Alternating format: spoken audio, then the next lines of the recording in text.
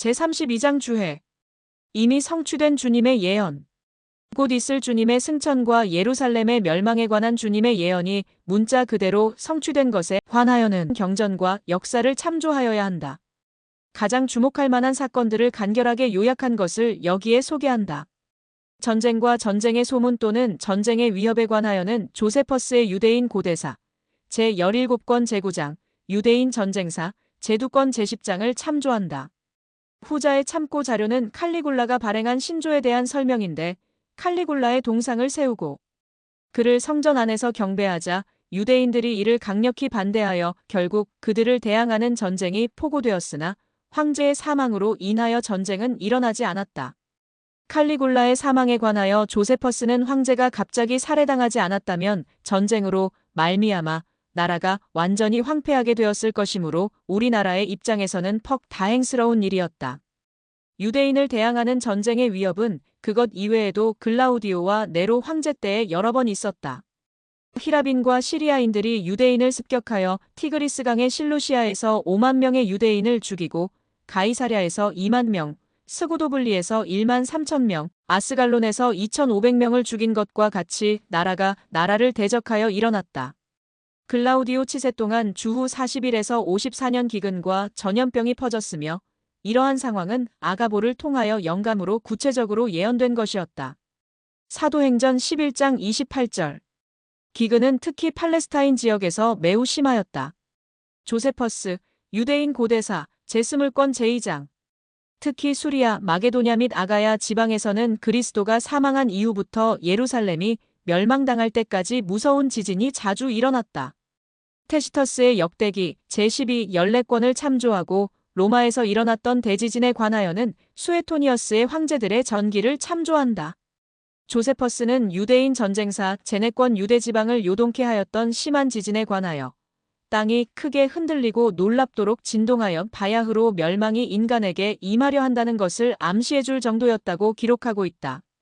누가가 기록한 바와 같이 무서운 일과 하늘로서 큰 징조가 실제로 일어난 현상을 조세퍼스는 연대적으로 기록하였다. 유대인 전쟁사 머리말.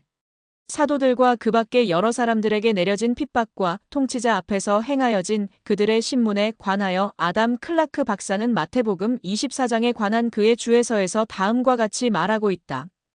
여기에 관하여는 사도행전을 검토해보는 것으로 충분할 것이다. 어떤 이는 베드로와 요한처럼 공회 앞으로 끌려나갔으며 사도행전 4장 5절. 어떤 이들은 바울이 갈리오 앞에 18장 12절, 벨릭스 앞에 24장, 베스도와 아그리빠 앞에 25장 끌려갔듯이 통치자나 왕 앞으로 끌려나갔다. 어떤 이는 지혜와 화술이 좋아서 적으로 하여금 대항할 수 없게 만들었다. 스테반이 6장 10절 그러하였으며 바울도 벨릭스를 두려움에 떨게 하였다. 24장 25절. 베드로와 요한처럼 4장 3절 감옥에 갇혔던 자도 있고 바울과 실라처럼 16장 23절 맞은 자도 있으며 스데반과 7장 59절 요한의 형제 야고보처럼 12장 2절 순교당한 자들도 있었다. 그러나 사도행전에서부터 네로의 학정으로 눈을 돌려보면 이 같은 예언이 성취된 예를 더욱 많이 볼 수 있게 된다. 굳건한 신앙을 가진 베드로와 바울 이외에도 수많은 기독교인들이 쓰러졌다. 터툴리안의 말과 같이 이는 그리스도라 하는 이름을 대적하여 일어난 전쟁이었다. 왜냐하면 그리스도인이라 불리우는 자는 죽임을 당하기까지 그의 이름을 받들기를 주장하였기 때문이었다. 구세주의 말씀과 같이 저들은 그의 이름을 위하여 모든 사람으로부터 미움을 받아야 했다. 거짓 선지자와 자칭 그리스도의 일을 행사하는 자라고 주장하는 사람들 중에는 많은 사람을 자기의 추종자로 만든 시몬 사도행전 8장 9절, 13절, 18에서 24절 대베도 7장 1절, 2절 참조. 미넨더, 도시듀스, 듀라스 그리고 바울이 언급한 고린도후서 11장 13절 거짓 사도, 후메네오 그리고 빌레도가 디모데후서 2장 17절, 18절 있었다. 두메로우의 주에서는 하나님의 영감을 받은 것처럼 가장하여 사람을 속이고 미혹하며 무리로 하여금 미친 사람처럼 행동하도록 설득시키고 광야로 나아가 하나님께서 승리의 표적을 보여주시리라는 듯이 행하는 악한 자에 관한 조세퍼스의 기록을 이용하고 있다. 베드로후서 2장 1절, 요한일서 2장 18절, 4장 1절과 비교한다. 예루살렘의 멸망을 전후로 하여 많은 사람의 사랑이 식어질 것이라는 예언은 전 세계적인 배도가 일어난 사실로 증명되었으니 배도란 교회 안의 부패와 교회 밖의 결과였던 것이었다. 대배도 제3에서 9장 참조. 전 세계의 왕국의 복음을 전파하는 것은 사도시대에 중요했던 것과 마찬가지로 현대의 말일의 경륜의 시대에도 중요하다. 고대 사도들의 지시 아래 복음이 급속히 전파되고 교회가 획기적으로 발전하였다는 사실은 역사상의 기적으로 기록되어 있다. 대배도 1장 21절 유세비어스의 인용문. 바울은 그리스도께서 승천하신 지 약 30년 후에 관하였으면서 복음이 이미 모든 나라에 퍼졌으며 천하 만인에게 전파된 바 골로새서 1장 23절 6절 참조라고 기록하였다. 다니엘의 예언에서 인용하신 주님의 황폐라는 말은 로마 군대가 예루살렘을 포위함으로써 완전히 성취되었다. 누가복음 21장 20절, 21절 참조. 유대인들에게 있어서 로마인의 깃발이나 형상은 가증스러운 것이었다. 조세퍼스는 유대인 전쟁사 제6권, 제6장 로마의 깃발이 성전 안에 세워졌으며 군대가 그 앞에 제물을 바쳤다고 언급하고 있다. 군대가 성을 에워싸기 시작할 때 예루살렘과 유대에 살던 주민은 모두 산 위로 도망하라는 경고의 말씀을 교회 회원들이 잘 듣고 행하였기 때문에 기독교인 한 사람도 포로로 잡히지 않았다고 초기 기독교 역사가는 기록하고 있다. 유세비어스, 교회사, 제세권 제5장 참조. 갤러스가 이끄는 군대가 제일 처음으로 포위하였던 것은 예기치 않게 갑자기 일어난 일이었는데 베스파샤 군대가 성곽에 도착하였을 때 그리스도께서 사도들에게 경고하시고 그 사도들이 다시 백성들에게 들려준 이 경고의 말씀을 믿은 모든 유대인은 요단강을 건너 대부분 펠라까지 도망하여 그곳에 모였다. 조세퍼스, 유대인 전쟁사, 제2권, 제19장 참조. 예루살렘 성과 성전을 멸망시키기까지 한 전례 없이 무서운 포위에 관하여 조세퍼스의 유대인 전쟁사, 제6권, 제3, 4장을 참조한다.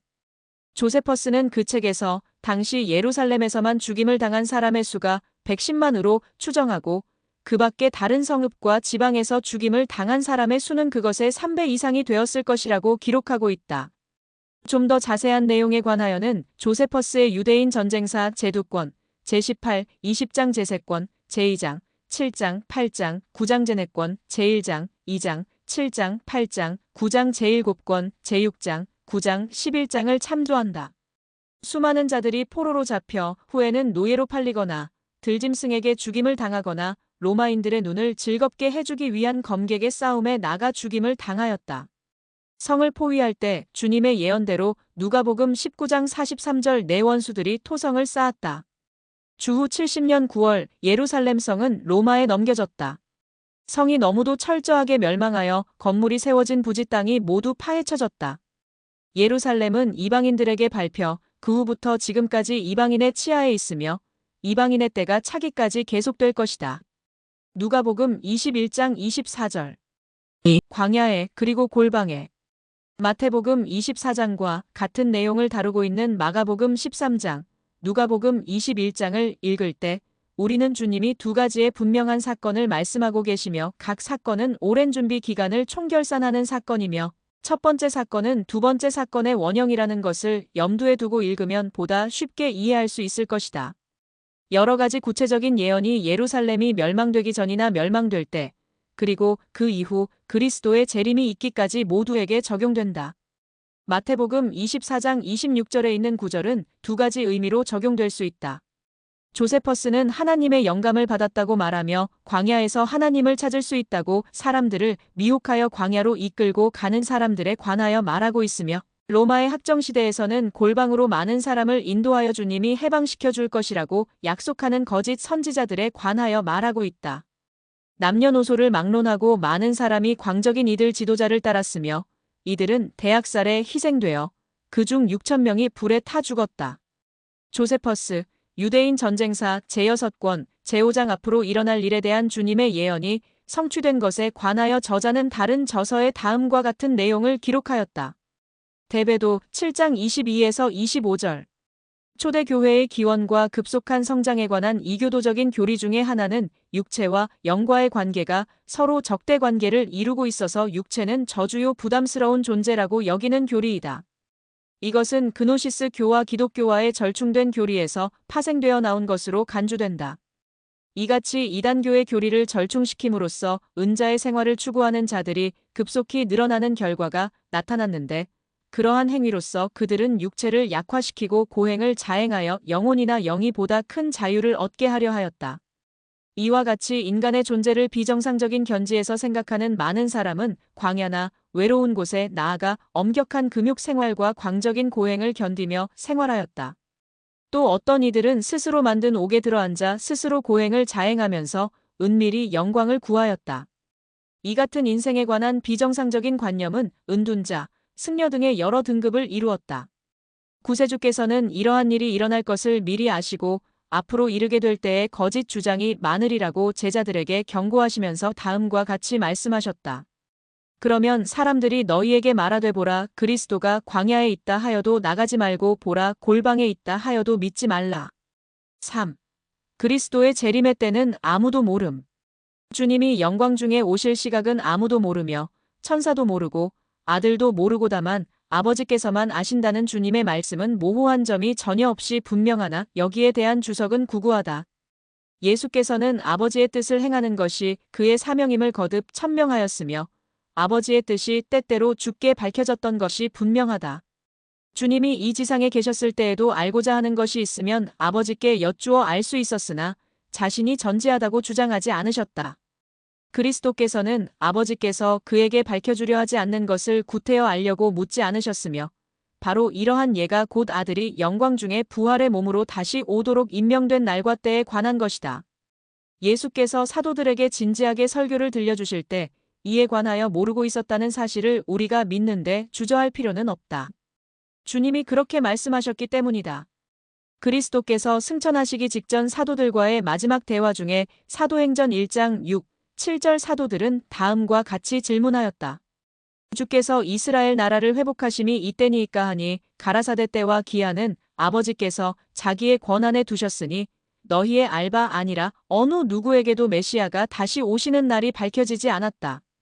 그러나 지금은 무화과 나무의 잎이 무성하게 나고 있다. 그러므로 볼 줄 아는 눈을 갖고 있고 이해하는 마음을 가진 자는 주님의 목적이 이루어지는 여름이 가까이 왔음을 알 것이다. 4.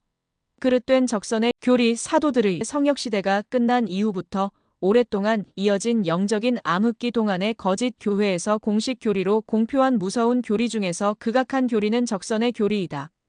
모스하임은 13세기에 다음과 같은 무서운 교리가 제정되었다고 기록하고 있다. 교회사, 제12권, 제2부, 제3, 4장. 당시에는 성도들이 자신의 구원을 받는 데 필요한 것 이상으로 행한 덕행과 효행으로 이루어진 방대한 공적의 보화가 실제로 존재하였다. 이 공적의 보화는 다른 사람을 위하여 이용되는 것이었다.